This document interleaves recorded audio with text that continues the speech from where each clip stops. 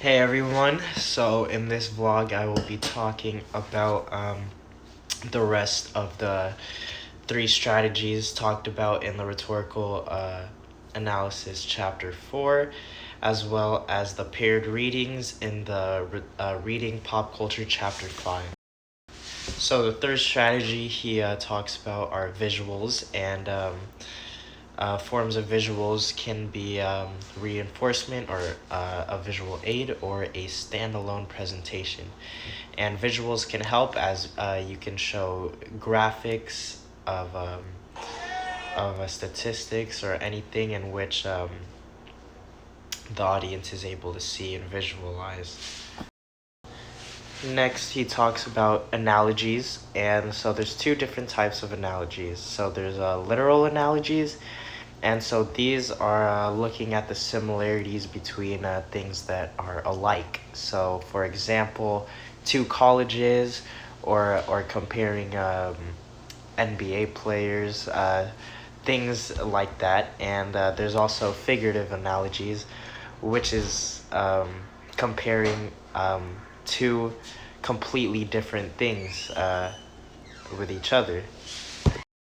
So the last thing he talks about is expertise or authority evidence. And this is a strong way to enhance your credibility on a certain claim or topic, as this usually is an expert witness in which they can further enhance your claim. So, from the essay Story or Spectacle, Why Television is Better Than Movies by David Carpenter, he talks about the differences between modern television and movies. And basically, he talks about how modern television is actually better than movies. So, for television, people can easily get addicted to watching these television series, and people even waste weekends just continuously watching their favorite shows. And so basically, the difference is when watching a movie, it's actually easier to figure out the plot and events that are occurring in the movie, since it's a lot shorter. It has to be like 2 hours or something. They have over like 2 hours just to present a whole film, while when watching a television series, you continue to learn more about the show as these episodes continue to be made, and you kind of tend to grow with the characters since you continue to watch them over time. And for these TV shows, they have more time to cover plots on the subject matter. And he uses evidence such as based off filmmakers like Steven Spielberg or George Lucas on their take on why the television series will eventually take over movies. And he also uses evidence of the growing popularity of shows such as Breaking Bad and Mad Men.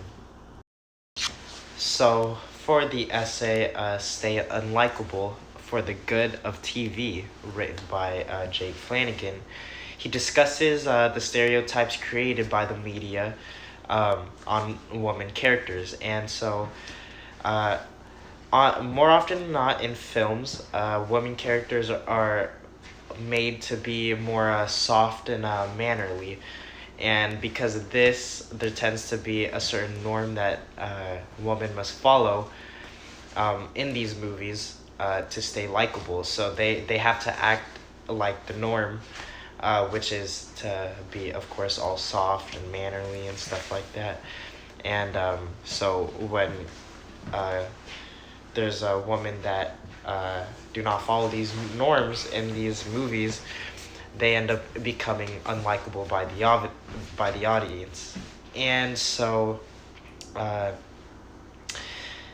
they also talk about how it's the opposite for men, as these male characters are supposed to be obnoxious, and so it's supposed to be acceptable for the audience.